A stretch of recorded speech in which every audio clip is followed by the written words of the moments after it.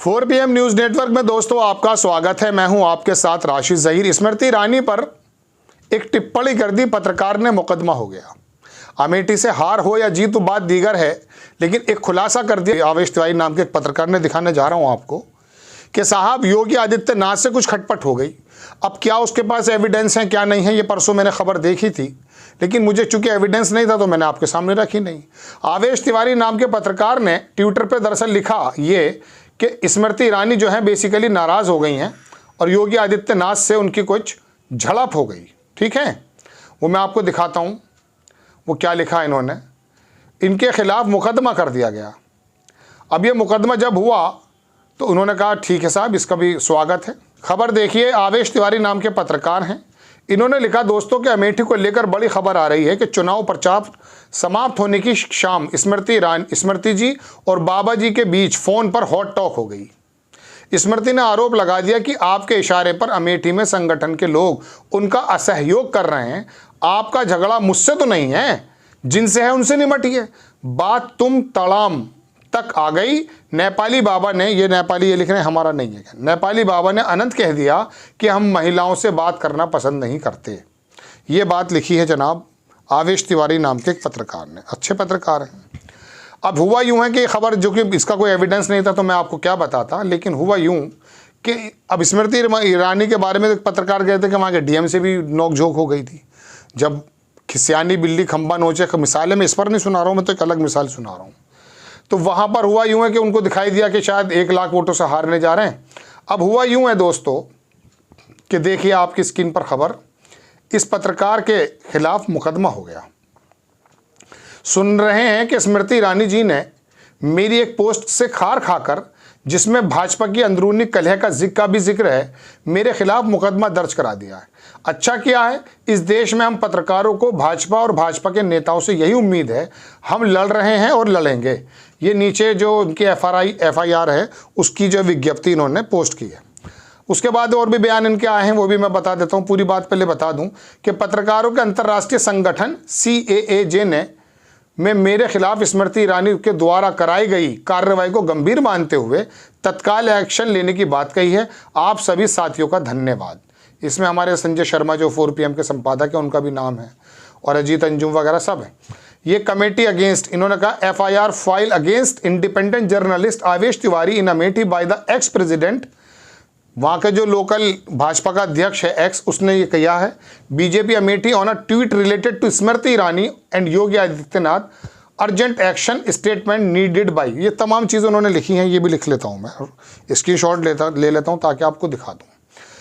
तो बहरहाल बात यह है दोस्तों कि एक पत्रकार अपना अंदाज़ा, हालांकि पत्रकार अगर खबर दे रहा है तो उसके पास एविडेंस होने बहुत ज़रूरी है, लेकिन आशंकाएं जताना, विश्लेषण जता सकता कोई भी, लेकिन ऐसी खबर इसके अंदर कितनी पुष्टि है कितनी नहीं है ये हम आपको नहीं बता रहे। हम तो ये बताना चाहते हैं कि पत्रकार ने जाने अनजाने में अगर कुछ गलत लिख दिया है तो स्मृति ईरानी जी के इशारे पर, जैसा कि उन्होंने लिखा है, उस पर मुकदमा हो जाता है। आप ये बताइए दोस्तों, mainstream media, Rahul Gandhi, Tejashwi Yadav, Mamata Banerjee और अखिलेश यादव और जितने भी विपक्ष के नेता हैं, नवीन पटनायक सहित, तमिलनाडु के स्टालिन सहित, इनका कैरेक्टर असैसिनेशन कितनी बार कर चुका है। बंगाल की एक घटना देखिए, संदेश खाली, इसे संदेश खाली पढ़ते हैं लोग, ऐसे संदेश खाली है। संदेश खाली में महिलाओं के उत्पीड़न का, यौन उत्पीड़न का आरोप लगाया ममता बनर्जी पर।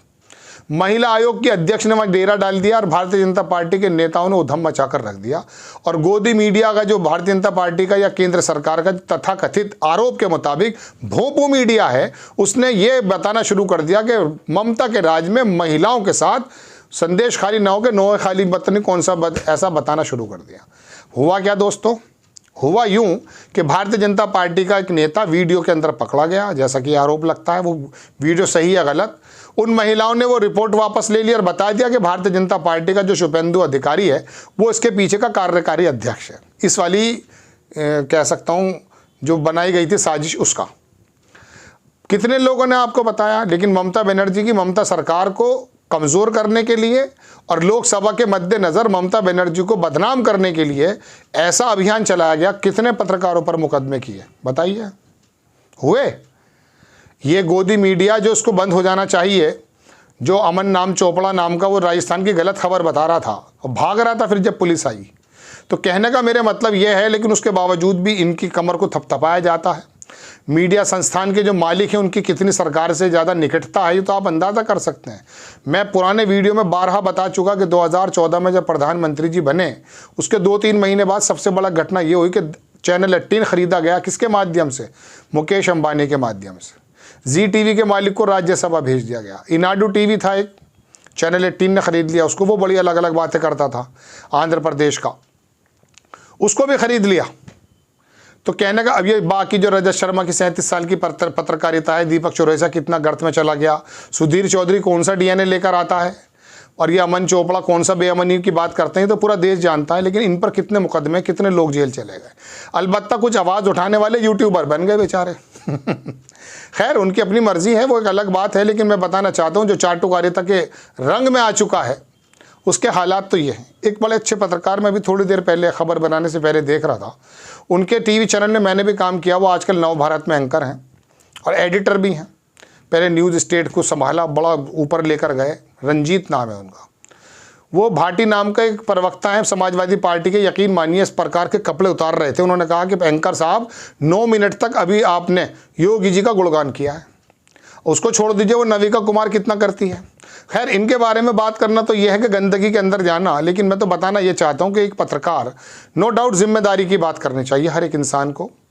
लेकिन अगर उसने अपना आकांक्षा व्यक्त कर दी है दुनिया, तो उसके खिलाफ मुकदमा हो जाता है। बिल्कुल हो जाना चाहिए अगर उन्होंने गलती लिखा है, उनके पास कोई एविडेंस नहीं है। लेकिन एक बात ये बताइए, इसके बरअक्स मैंने जो अभी आपके सामने कलई खोली है कुछ बागड़ बिल्लों की, इनके बारे में क्या होना चाहिए? इन्हें जेल से निकलना चाहिए। देश के अंदर नफरत फैलाने का सबसे बड़ा काम क्या आप समझते हैं आरएसएस ने किया? नहीं, आरएसएस तो 100 बरस से है। भारतीय जनता पार्टी ने किया? नहीं। समाजवादी पार्टी ने किया? नहीं। मुस्लिम लीग ने किया? नहीं। अरे ये बागड़ बिल्ले हैं भाई। आप समझिए, रवीश कुमार बहुत पहले कह गया था कि आप टीवी देखना बंद कर दो, दंगाई बना रहे हैं। और हमने बारहा नहीं सैकड़ों दर्जनों हजारों के लिए पैसे देखे हैं कि गलगोटिया यूनिवर्सिटी का जो छात्र है, जो अपने आप को जो बरमुड़ा पहन करके जो समझता अपने आप को कि मैं जॉन का बेटा हूं, उसे ये पता समझ में नहीं आया कि जो तख्ती लिए फिर रहा उस पर लिखा क्या है।